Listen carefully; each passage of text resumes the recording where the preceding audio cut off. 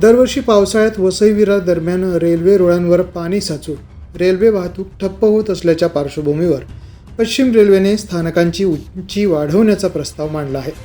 मात्र या प्रस्तावाला आगरी समाजाचे ज्येष्ठ नेते रोहिदास पाटील यांनी विरोध दर्शवला आहे. पश्चिम रेल्वेच्या महाव्यवस्थापकांना पत्र लिहून त्यांनी स्थानकांची उंची वाढवण्याऐवजी जलनिचऱ्याची कायमस्वरूपी व्यवस्था करण्याची मागणी केली आहे.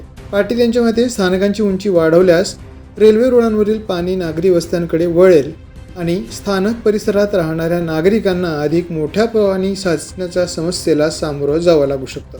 सध्या नायगाव ते विरार परिसरात 3 ते 4 फूट पाणी साचतं. स्थानकांची उंची वाढवल्यास हेच पाणी 5 ते 6 फूट साचण्याची शक्यता असल्याची भीती त्यांनी व्यक्त केली. यासाठी नायगाव वसई नालासोपारा आणि नालासोपारा विरार दरम्यान मोठ्या क्षमतेचे कलवट उभारणे, विद्यमान कलवटचा विस्तार करणे, रेल्वे पुलांखालचे अडथळे दूर करून महापालिका, राज्य आणि केंद्र सरकारच्या समन्वयातून कायमस्वरूपी जलनिचऱ्याची व्यवस्था उभारण्याची मागणी त्यांनी केली आहे. दरम्यान स्थानकांची उंची वाढवण्याबाबत अद्याप अंतिम निर्णय झालेला नसून नागरी हित लक्षात घेऊनच पुढील निर्णय घेतला जाईल अशी माहिती रेल्वे प्रशासनाकडून देण्यात आली आहे.